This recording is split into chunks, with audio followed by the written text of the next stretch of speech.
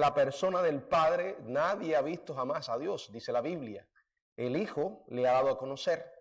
Él vino a revelarnos a Dios, vino a acercar al hombre con Dios y lo hizo de muchas maneras. En este caso encontramos a un grupo de discípulos o a los discípulos pasando por una tormenta literal. Aunque fue una tormenta literal en circunstancias atmosféricas muy adversas, literales, tienen un significado y una enseñanza muy profunda o muy importante para nosotros en el orden espiritual, para aquellos que también, como parte de nuestra vida, enfrentamos tormentas. Aquellas que pueden llegar sin avisar y amenazar nuestra vida al punto de pensar que hoy sí llegamos hasta el final, que ahora sí se nos acaba la oportunidad. Pero la gran verdad es que la presencia de Jesús en la barca cambia todas las cosas. La presencia del Dios vivo con nosotros es lo que hace la gran diferencia, sin importar lo que nos esté ocurriendo.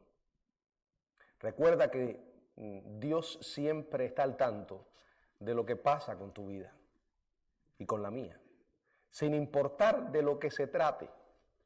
Recuerda siempre que nada puede llegar a tu vida ni a la mía sin que antes haya pasado por las manos poderosas de nuestro Dios y Él haya dado su aprobación. Puede que no entendamos por qué estamos viviendo lo que estamos viviendo. Y puede que en medio de esa confusión reclamemos al Señor como hicieron los discípulos. Pero el Señor está con nosotros y nunca nos va a fallar. Quiero que miremos este pasaje siguiendo varias ideas que nos presenta. En primer lugar, veamos cómo lo que sucedió antes de la tormenta. Versos 35 y 36. Dice, aquel día cuando llegó la noche, les dijo, pasemos al otro lado, y despidiendo a la multitud le tomaron como estaba en la barca, y había también con él otras barcas. Aquel día. ¿Qué había pasado aquel día? Bueno, era un día largo, lleno de responsabilidades. El Señor había tenido que estar predicando a grandes multitudes. Lo estuvo haciendo a las orillas del lago de Galilea, cerca de la ciudad de Capernaum. Había estado enseñando en parábolas, o sea, usando analogías para transmitir verdades espirituales. Por ejemplo, habló de los terrenos en los versos del 3 hasta el 30. Habló de las lámparas en los versos 21 y 22. Estuvo hablando de la semilla de mostaza en los versos del 30 hasta el 32. Transmitió poderosas verdades espirituales. Las muchedumbres no podían entender. Sin embargo, a los discípulos, dice el verso 34, que el Señor en particular les declaraba todo. ¿Qué quiere decir esto? Que aunque aquellas personas no podían discernir ni comprender el mensaje del reino de los cielos, sus discípulos, por el discernimiento divino, por la iluminación divina, sí lo podían comprender, sí podían discernir, sí podían recibir, porque el Señor les había dado oídos para oír y ojos para ver. Lo mismo sucede con todos aquellos que hemos nacido de nuevo. Tenemos la iluminación divina. Dios nos permite no solo leer y escuchar su palabra, sino que además nos permite entender. Y recuerden que con aquello que Dios nos da, viene una mayor responsabilidad, vienen mayores desafíos. El Señor nos habla con un propósito. La intención de Dios no es llenar nuestra cabeza de puro conocimiento, porque como dice la Biblia, el conocimiento de por sí solo envanece. Dios quiere que aquellos que hemos conocido, que hemos recibido, sea el alimento que fortalezca nuestro crecimiento, que nos hagamos la pregunta, ¿qué debo hacer con lo que conozco?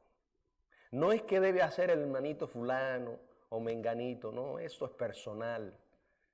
Es Dios hablando a tu vida y a la mía.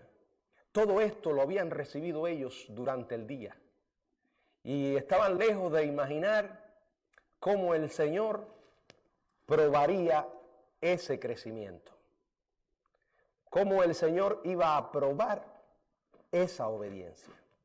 Es interesante que el pasaje comience con estas dos palabras, aquel día.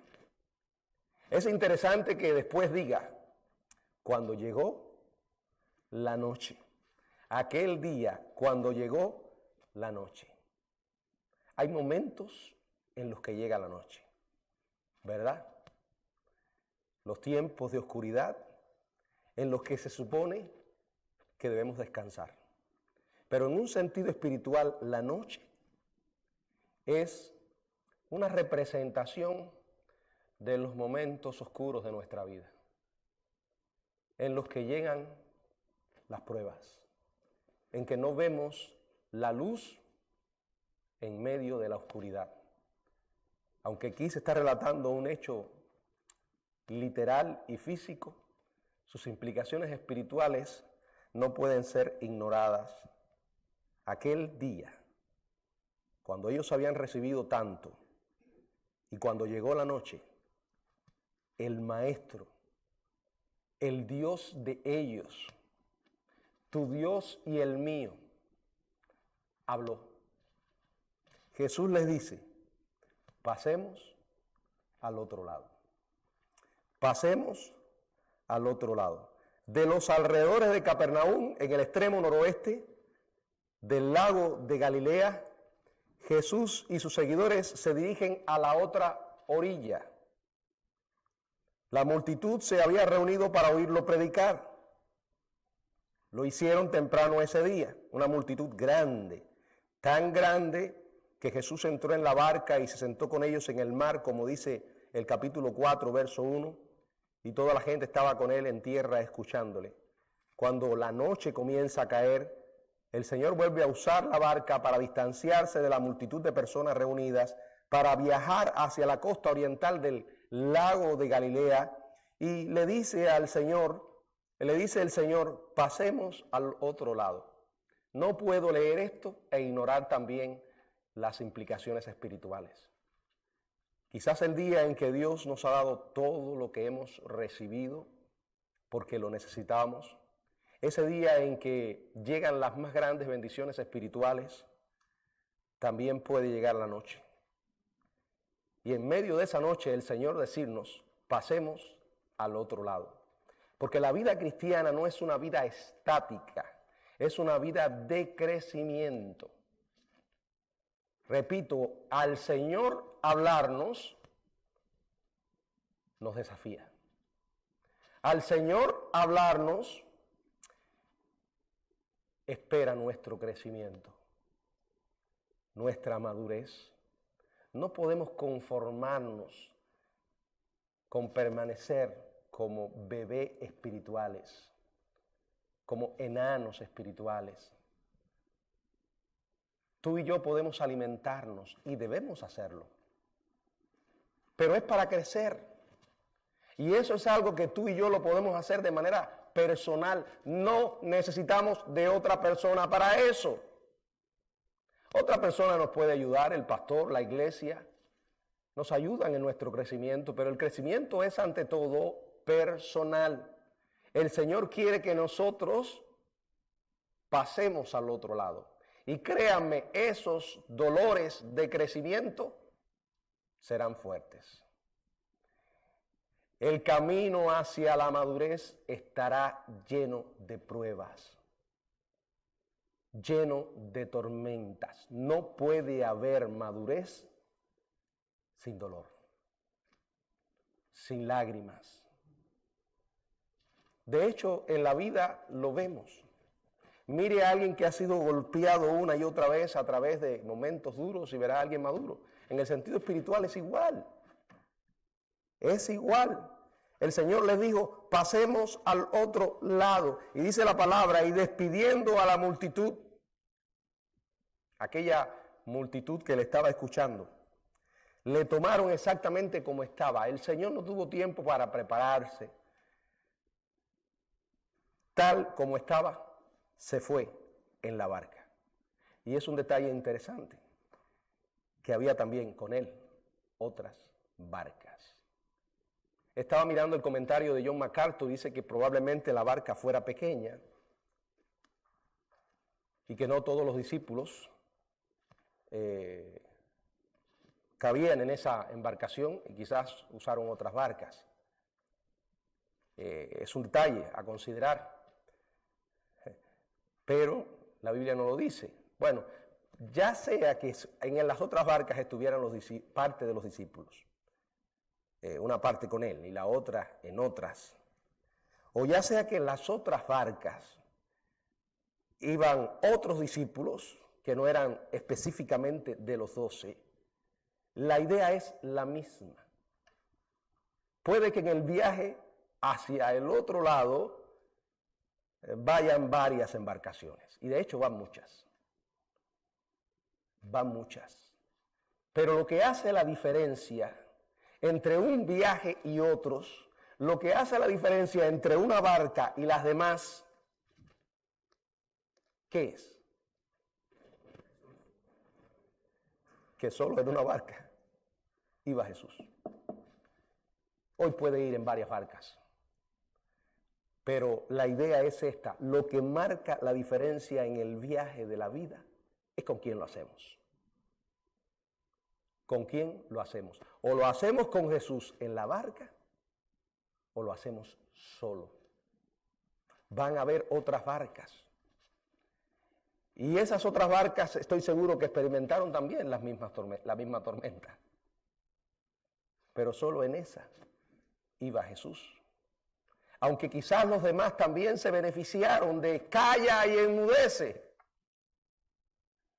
Pero los que tenían la gran bendición para no tener absolutamente ningún temor, eran aquellos que tenían en la popa, durmiendo sobre un cabezal y durmiendo profundamente, al Hijo de Dios.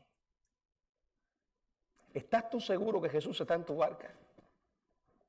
Yo no te estoy preguntando si conoces a Jesús, si has leído acerca de Él, si tienes toda la información.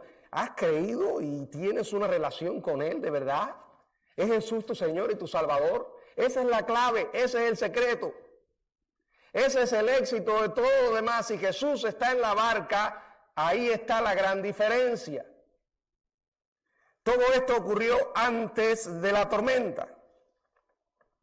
Ahora veamos la tormenta. Versos 37 y 38. Pero se levantó una gran tempestad de viento y echaba las olas en la barca, de tal manera que ya se anegaba. Y él estaba en la popa durmiendo sobre un cabezal. Y le despertaron y le dijeron: Maestro, ¿no tienes cuidado que perecemos? Bueno, todo comienza con un pero. El pero que todo lo estropea, ¿verdad? Siempre hay un pero. Ese pero aparece cuando menos lo esperamos o cuando menos lo deseamos. La Biblia nos dice de Naamán que era un general sirio de gran reputación, pero leproso. Hay siempre un pero. De este lado, aquí y ahora, siempre habrá un pero. Esa es la realidad de la vida. Y mientras más rápido lo aceptemos, mejor nos irá. Mientras más rápido nos despojemos de toda ignorancia espiritual, mejor nos va a ir. Hay que aceptar la verdad. No es que nos volvamos cínicos, negativos, es ser realistas. Y así nos preparamos mejor. Porque cuando llega la tormenta no es el momento para prepararse, es antes. Todo comienza con un pero. Y luego se levantó, dice, una gran tempestad de viento. La tranquilidad del viaje termina de repente. Se levanta una gran tempestad, dice, de viento. La palabra tempestad de viento es Lailaps, dice así, describe las violentas ráfagas de una fuerte tormenta. En otras palabras, cuando la Biblia dice que es gran, es grande. El adjetivo de gran es megas. Al sustantivo de la palabra lailaps, con el fin de intensificar su descripción de la tempestad como un huracán. En su relato del hecho, por cierto, yo no sé si usted tiene una Biblia como esta, si no la tiene, cómpresela. Pero esta es una Biblia de estudio de John MacArthur. Pero esta Biblia tiene una peculiaridad, es posible que no sea la única, tal vez hay muchas Biblias que tienen lo mismo. Si usted observa, encima de cada pasaje, según la división que tiene, como esta por ejemplo, tienen los otros pasajes donde aparece la misma historia, narrada con otras palabras.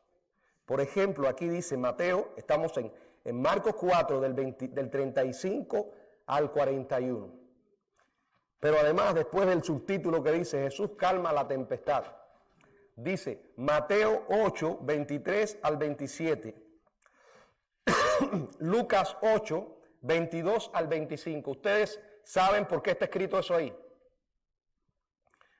¿Tienen en sus Biblias escrito eso? Hay otras Biblias que los tienen. Bueno, eso es la misma historia y dónde aparece en otros evangelios. O sea, que es una decisión muy sabia, cuando usted lee una historia como esta, ir a los otros pasajes y observar cómo los evangelistas las relataron. Aquí no aparece Juan porque la historia no aparece en Juan, pero sí aparece en Mateo y aparece en Lucas. Y cuando usted lee los tres pasajes, ellos le ayudan a tener una dimensión más clara y más amplia del mismo suceso. Nunca vaya con la idea de pensar que existe alguna contradicción. No son contradicciones. Simplemente lo que algunos evangelistas narran un aspecto y otros narran otros. Imagínense que ahora cuando salgamos de aquí ocurre un accidente en esa calle que está frente al templo y venga la policía y comience a investigar qué sucedió y decida llamar a 3 de nosotros. A ver, por favor, cuéntenme qué vieron. Cada uno de nosotros va a contar una historia distinta o con palabras distintas, pero del mismo suceso. No lo vamos a relatar igual. Esto es exactamente lo que sucedió en los evangelios, con la gran diferencia que Dios, el Dios Todopoderoso, está velando para que esa verdad se transmitiera sin mezcla de error. Y eso es lo que llamamos revelación e inspiración de las Escrituras. Pues así aparece esta historia en otros pasajes. Y por ejemplo en Lucas, en el capítulo 8, nos dice que se desencadenó el viento en el lago. O sea, traspasó a velocidades las laderas, azotó con furia la superficie del agua, hasta traspasar a toda velocidad, como dije, las laderas. Mateo describe el violento impacto de la tormenta empleando una palabra, es la palabra seísmos, de la que se deriva la palabra española sismología. Es para que ustedes tengan una idea de cuán feroz fue esta tormenta. Como si se tratara de un mar rugiente y embravecido, aunque ocurrió en un lago. Dice que la tormenta echaba las olas en la barca de tal manera que ya se anegaba.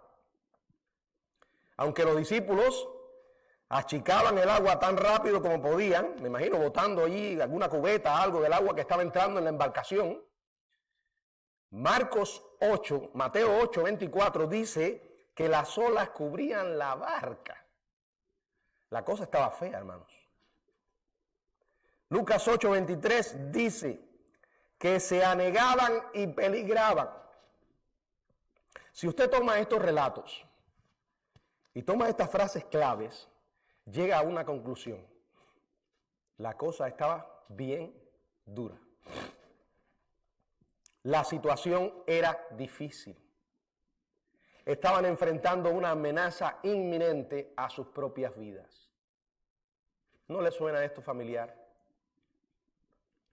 Que de pronto llega a su vida una tormenta y que llega con tal intensidad que le parece que ahora sí se acabó todo. Ahora sí llegó el final. Ahora sí no hay solución. ¿No le ha pasado? Quizás no ha pasado mucho tiempo desde que tuvo la última tormenta de verdad, en que su vida se complicó de tal manera que parecía que la embarcación se hundía, en que las olas cubrían la barca, en que su vida peligraba. Ahora, es realmente interesante lo que nos dice el verso 38. Jesús estaba allí. ¿Dónde estaba? En la popa. Ustedes saben que la popa es la parte contraria a la proa, o sea, la parte de atrás de la embarcación. Yo diría que estaría bien cerca del agua, o sea, es una zona de peligro, donde probablemente estaba entrando el agua en cantidades. Y fíjense lo que dice, Jesús estaba durmiendo sobre un cabezal. Una tormenta tremenda rugiendo a su alrededor y Jesús dormido. Ni siquiera el fuerte balanceo de la barca, ni siquiera el atronador rugido del viento o el agua entrando a raudales lo despertaban. Me imagino a Jesús empapado hasta los huesos, durmiendo plácidamente sobre las duras maderas con solo un pequeño cojín como almohada para la cabeza. Ese es el cabezal. Quizás en alguna otra parte, en ninguna otra parte de las Escrituras, la humanidad de Cristo se hace presente. Porque aquí estaba durmiendo, demostrándonos que era hombre. Pero yo veo aquí mucho más allá de la humanidad de Jesús. Porque aunque es una evidencia incuestionable de que Jesús era 100% hombre, yo veo más allá de eso y lo que veo es la divinidad de Jesús. ¿Por qué? Porque aunque tú y yo somos hombres, si allí en aquella embarcación hubiese estado un simple hombre, la pregunta es esta. ¿Habría estado dormido tan profundamente? No lo creo. Por muy cansado que uno esté, si usted va en una embarcación en esas condiciones y llega a empaparse en agua, como probablemente estaba Jesús, yo no sé usted, a menos que haya tomado un calmante que lo tenga, no se duerme uno. Sucede todo lo contrario, pierde el sueño. Probablemente estuviera gritando junto con los demás en medio de la desesperación. Todos sabemos que cuando hay tormentas en nuestra vida y cuando nuestra vida está amenazada, lo menos que tenemos es sueño. Y menos pensar en comer. Pierdes el apetito, pierdes el sueño, quieres pasar por eso y pasar ya. Fíjense, estas tormentas que han llegado en los últimos meses. Créanme, las 2 veces que hemos tenido tormenta, las últimas veces yo prácticamente no he podido dormir. Aunque he tratado, pero no puedo saber que hay un huracán que está rugiendo, no me permite descansar. Y si hay truenos, peor todavía. Ahora, aquí está la humanidad de Jesús. Estaba dormido y dormido profundamente. Bueno, tan profundamente que tuvieron que despertarlo. Porque lo que estaba ocurriendo no lo había despertado. Aquí, ¿por qué digo que veo la divinidad de Jesús? Porque aunque aquel era 100% hombre, es y era también 100% Dios. Y como Dios tenía el control de todo lo que estaba pasando. Es una combinación maravillosa de las dos naturalezas de Jesús en una sola persona. Quien dormía en la popa de la barca, exhausto de un día de intensa administración, era y es el mismo que despertaría para calmar esa enorme tormenta, con solo una orden. Con solo una orden. Ahora recuerde esto, al menos 7 de los discípulos eran pescadores. Entre ellos Pedro, Andrés, Jacobo y Juan. Estos no eran novatos. Este no era el primer crucero de ellos por el lago. Ellos estaban acostumbrados al mar. Estaban acostumbrados a esas tormentas. Estaban familiarizados con lo que las barcas podían soportar. Y el hecho de que veamos a estos hombres preocupados, que veamos a estos veteranos pescadores aterrados por lo que estaba pasando, nos dice cuán serio era el asunto. Yo creo que aunque Dios usó los elementos de la naturaleza, estaba su mano poderosa provocando todo esto. Y provocándolo para llevar a aquellos hombres al límite. Porque había un propósito. Los puso frenéticos, temerosos. Y es maravilloso que en medio de la situación pensaron con claridad. Porque no solemos tomar buenas decisiones cuando estamos golpeados por las tormentas. Sin embargo, aquí vemos la gracia de Dios ayudándoles a hacer lo correcto. ¿Qué fue lo correcto que hicieron? Que clamaron al único que podía resolver el problema. Puede que hayan estado gritando un rato, intentando, como dice la Biblia, sacar agua, no sé, controlar la situación, pero se dieron cuenta que no podían. Y eso nos pasa a nosotros. Intentamos meter las manos aquí, las manos allá, probar por aquí, probar por allá, para llegar a la misma conclusión. Yo no puedo. Esto es más grande que yo. Se me fueron de control. No puedo arreglar esta situación. ¿Se ha encontrado usted en alguna situación imposible? ¿Tiene el suficiente coraje como para decir yo no puedo? Y la sabiduría de ir al único que realmente puede, que es el Señor. Y aquí encontramos lo maravilloso. Le despertaron y le dijeron, maestro, ¿no tiene cuidado de que perecemos? Bueno, aquí volvemos otra vez a las combinaciones de los evangelios. Mateo observa que le llamaron Señor a Jesús. Lucas registra 2 veces que se dirigieron a él como maestro. Tales variaciones no implican ninguna contradicción entre los relatos, simplemente que en medio de la desesperación, uno le dijeron Señor, otro maestro. Allí cada uno clamó como pudo. Enloquecidos fueron a despertar a Jesús. Querían que él lo escuchara. Maestro, Señor. Estaban perplejos, sorprendidos, porque no entendían cómo podía estar dormido. Ahora piensen esto, hermanos. Ellos sabían que Él era el Señor. Habían visto sus milagros. Pero en realidad todavía les faltaba mucho para entender hasta dónde llegaba el poder de aquel que estaba con ellos. Y casi que vemos aquí una reprensión, un reclamo. ¿No te importa lo que estamos pasando? O sea, ¿no tienes cuidado que perecemos? Seamos honestos. Tal vez nosotros hemos dicho los mismos momentos de nuestra vida. En medio de un problema hemos dicho, Señor, ¿no te importa lo que me está pasando? ¿Cómo es posible que me hayas dejado de llegar hasta aquí? Me esté sucediendo esto ahora. Y tú en silencio, Señor. ¿Cuándo vas a obrar, Señor? ¿Cuándo me vas a librar? Y si la prueba es una prueba que llegó y lleva algún tiempo, mientras más tiempo pase,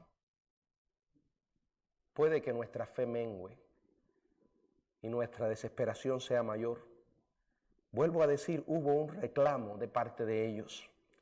Pero miren lo que pasó después de la tormenta. Y levantándose, reprendió al viento y al mar. Calla, enmudece. Y cesó el viento y se hizo grande bonanza. Y les dijo, ¿por qué estáis así amedrentados? ¿Cómo no tenéis fe? Ahora, miren la pregunta que ellos le hacen y miren cómo el Señor les responde. El Señor no se puso a discutir con ellos. En ese momento no los reprendió. No les dijo, ¿ustedes qué están haciendo? Simplemente escuchó el clamor de ellos. Les manifestó gracia. Les concedió misericordia. Se levantó, dice la palabra, y reprendió al viento y al mar. Calla, enmudece. Esto es una clara manifestación del Dios vivo. Con solo la palabra calmó todo. Con solo la palabra transformó aquella tormenta en algo tranquilo. Dios habla y en su palabra hay poder. Dios ha hablado y su palabra quedó aquí. Y si su palabra quedó aquí, y si su palabra la tenemos aquí, y si este es el libro de Dios, es el poderoso libro de Dios. Su palabra es viva y dice además eficaz. Su palabra transforma vida. Su palabra edifica vidas. Su palabra es luz que nos ilumina en medio de la oscuridad que vive este mundo. Hoy como nunca antes nosotros tenemos que regresar al libro de Dios creyendo exactamente eso, que es el libro de Dios, que es suficiente para cualquier experiencia de la vida. Nunca voy a olvidar que estas fueron las palabras que dijo un pastor en una ocasión cuando su madre falleció. Había ido a la playa y se ahogó. Y luego el mismo hijo tuvo que despedir el duelo de su madre. Y repitió estas palabras. Dios es suficiente para cualquier experiencia de la vida. Y de su palabra se puede decir lo mismo. Su palabra es suficiente para cualquier experiencia de la vida. Si usted no lo cree es porque no lo ha probado. Si usted no abre el libro de Dios no puede experimentarlo. El Señor habla y las cosas son creadas. El mundo fue hecho. Las tormentas se disipan. En Génesis 1, el Cristo preencarnado estableció los límites de los mares con solo una orden. Aquí lo vemos hablando, calla. Viene de la misma expresión griega que Jesús usó antes cuando ordenó a un demonio, calla y sal de él. Solo Dios puede hacer eso. Solo Dios. Ahora, hasta aquí,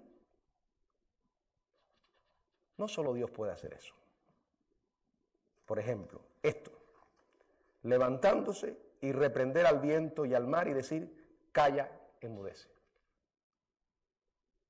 Hasta aquí, no solo Dios puede hacer eso. Cualquiera de los discípulos podía haber hecho exactamente lo mismo. ¿Verdad que sí? Cualquiera puede decir al viento y al mar, calla, enmudece. Usted puede salir cuando venga un huracán categoría 4 y pararse frente al templo y gritarle, calla, enmudece. Usted puede ser que esté medio psiquiátrico como Kenneth Copeland y pararse frente a las cámaras de televisión y empezar a decirle al COVID, desaparece. No sé exactamente qué fue lo que dijo. Desaparece COVID, desaparece COVID. Y el COVID le hizo caso. Cualquiera puede hablar.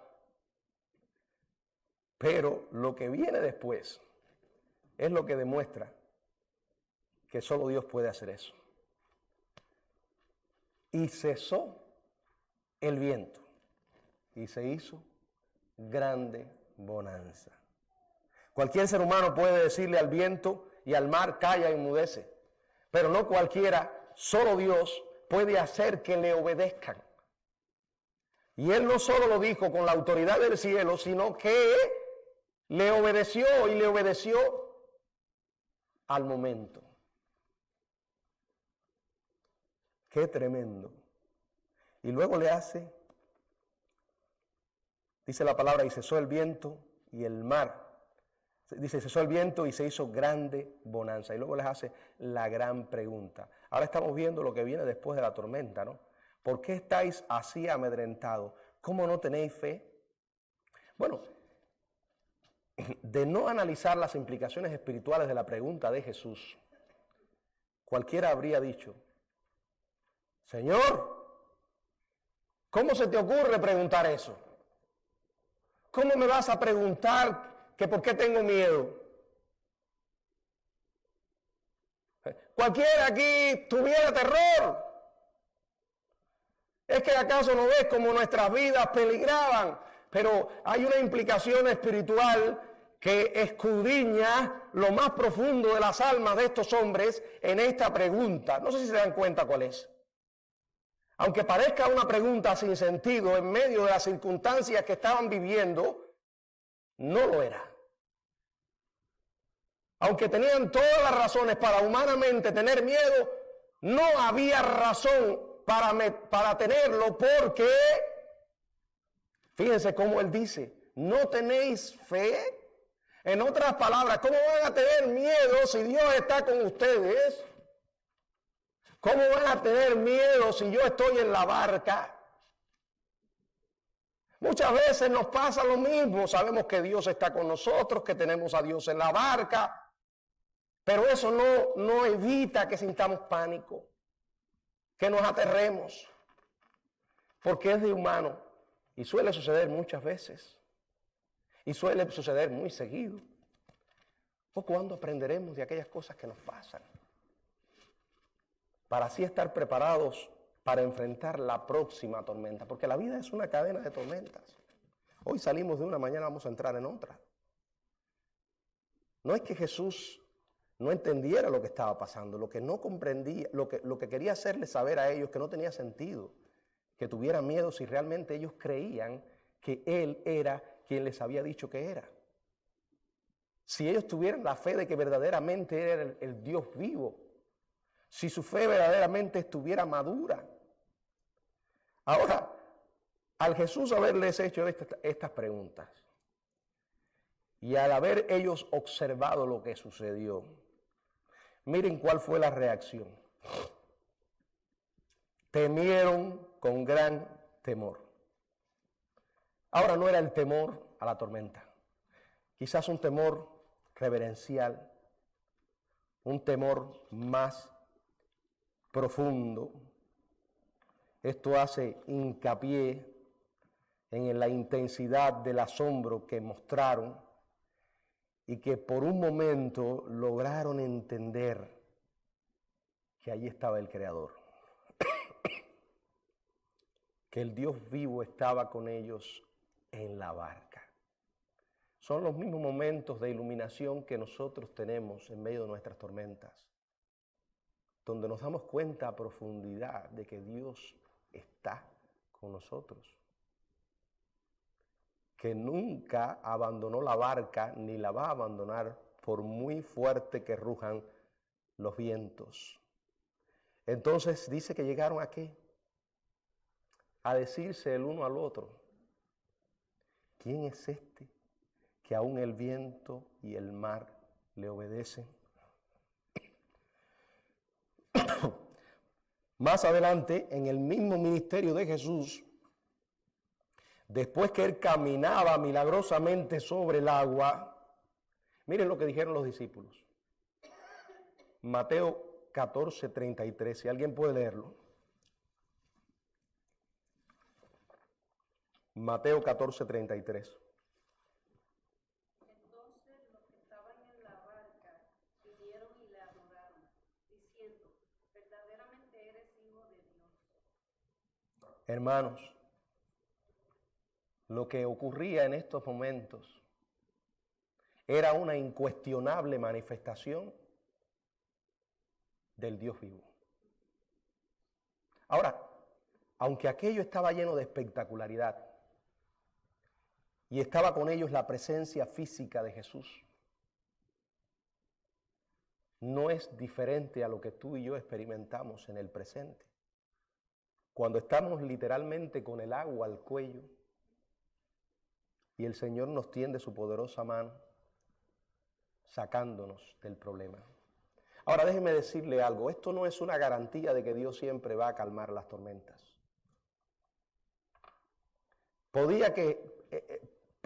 Cuando Jesús le dice, ¿es que acaso no tenéis fe? Esto no es una pregunta para garantizarles, mira, como yo estoy en la barca, ustedes están seguros porque yo hice lo que hice. Hablé al viento y se hizo grande bonanza. Pero no era eso. Jesús muy bien podía no haber calmado aquella tempestad. No porque no podía, sino simplemente porque no quería. Y eso no habría cambiado en nada el hecho de que allí estaba el Dios vivo. Y de que ellos no tenían razón para estar amedrentados. Porque el secreto no es que Él hizo o calmó la tempestad.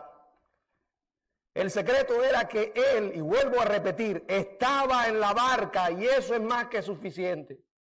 Muchas veces Dios nos va a librar de las tormentas, pero habrá momentos en que nos va a permitir pasar por la tormenta. Pero Él no va a abandonar la barca. Es más, puede que una tormenta hunda la embarcación. Y vuelvo a decir, eso no va a cambiar en lo más mínimo el hecho de que aunque la embarcación se hunda y perezcamos, el Señor abandonará la barca. Más de una vez hemos visto hijos de Dios que han pasado por experiencias que nosotros no podemos explicar. Y que quizás el mundo lo cuestiona, ¿cómo ellos si creían en Dios, si eran fieles, iban en aquel bus después de haber salido de un retiro espiritual, tuvieron un accidente y se mataron todos? ¿Es que acaso ese día a su familia se les olvidó orar en la mañana? No, seguro lo hicieron. Es más, probablemente ellos en el retiro estuvieran orando. Esos son los grandes misterios de la soberanía de Dios, acerca de la cual digo, no responde todas mis preguntas, pero sí calma todos mis temores. Podemos orar, debemos hacerlo de manera personal y como iglesia. Una iglesia sin oración y un cristiano sin oración es alguien que se está privando de ver el poder y la gloria de Dios en su vida. No va a recibir más porque no clama más. No importa cuánto conocimiento tú tengas de la Biblia, si no oras, estás seco. Tienes conocimiento, pero no hay vida. Y Dios responde a la oración. Muchas veces nos libra de los problemas, pero otras nos permite atravesar por ellos. Y en otras decide soberanamente llevarnos en medio de la tormenta. Ahora, ¿hace eso a Dios indiferente? ¿Que dejó de amarnos? ¿Que nos abandonó? No, la Biblia dice, y Él nos guiará aún más allá de la muerte. ¿Quién es este que aún el viento y el mar le obedecen? El Dios vivo. Mi pregunta es, ¿quién es para ti tu Dios?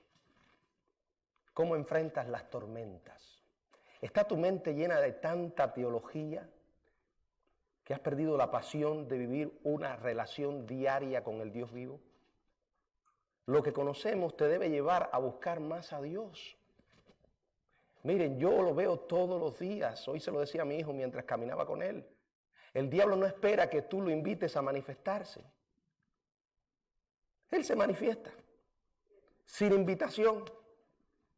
Lo vemos a veces en cosas que parecen tontas, pero cuando usted mira lo que está en juego, sabe que no hay otra explicación que la mano del mismo diablo está detrás de eso. Él no espera para manifestarse. Él no esperó a que Adán y Eva lo invitaran. Se le apareció allí a Eva en el huerto del Edén. Ahora, con Dios, en relación con sus hijos, suele ser diferente. Porque la Biblia está llena de muchos mandamientos que nos invitan a buscar a Dios. Hay una expresión que aparece mucho en el Antiguo Testamento, es buscar siempre su rostro. ¿Qué quiere decir? Que muchas veces Dios no se manifiesta más porque nosotros no lo buscamos. Porque nosotros no clamamos, porque nosotros no oramos pidiendo su intervención. ¿Quieres saber de lo que Dios es capaz? Ora. No es que la oración sea poderosa, aunque muchas veces decimos eso. Es que el Dios que contesta las oraciones es poderoso. Y Él nos mandó a orar. Lee lo que ha prometido hacer en la Biblia y pídele que lo haga en tu vida. Ahora hazlo con humildad. Creer en la soberanía de Dios y aceptar su voluntad no es simplemente decir, Señor, que se haga tu voluntad. No, es creerlo de verdad. Señor, yo espero esto. No sé lo que vas a hacer, pero sé que tú tienes poder para hacer esto. Pero si no lo haces, Señor, seguiré creyendo en tu bondad. Y seguiré creyendo que tú eres un Dios todopoderoso. Jehová Dios, Jehová quitó. Sea el nombre de Jehová bendito. Hermano, que nuestra fe sea cada día más fuerte. No por nosotros, sino por el Dios en el cual creemos. Que no importa la intensidad con la que soplen los vientos. No importa que esté entrando agua, no importa que estemos empapados. Jesús está en la barca y está durmiendo tranquilamente, no indiferente. El sueño del Señor nos recuerda que Dios nunca pierde el control. Jamás.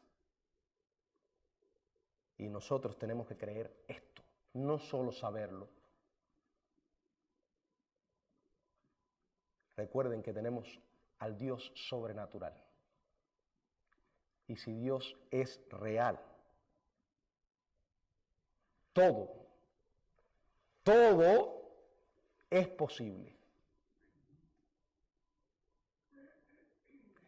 Si Dios es real, y cuando digo que Dios es real, estoy reafirmando que Dios que existe, todopoderoso. Miren, piense, yo a veces veo personas que me preguntan acerca de la Biblia, y que si el canon bíblico, y que cómo no se equivocaron en el canon bíblico, y por qué tenemos la seguridad de que estos libros que componen la Biblia son los libros inspirados, y por qué si la Biblia católica tiene más libros. Yo siempre hago este análisis. Aunque sé lo que es el canon, lo explico, lo conozco en los libros de teología, pero este es un análisis muy simple y a la vez tan profundo. Si Dios es real, todo es posible. Si existe el Dios vivo que se ha manifestado, vamos a dudar que Él, además, sea capaz de revelarse de la manera que Él ha escogido y que su verdad haya llegado a nosotros sin error ninguno. ¿Cuál es el punto? Si Dios es, todo es posible. Y la Biblia dice, al que cree, todo es posible. El Señor nos bendiga.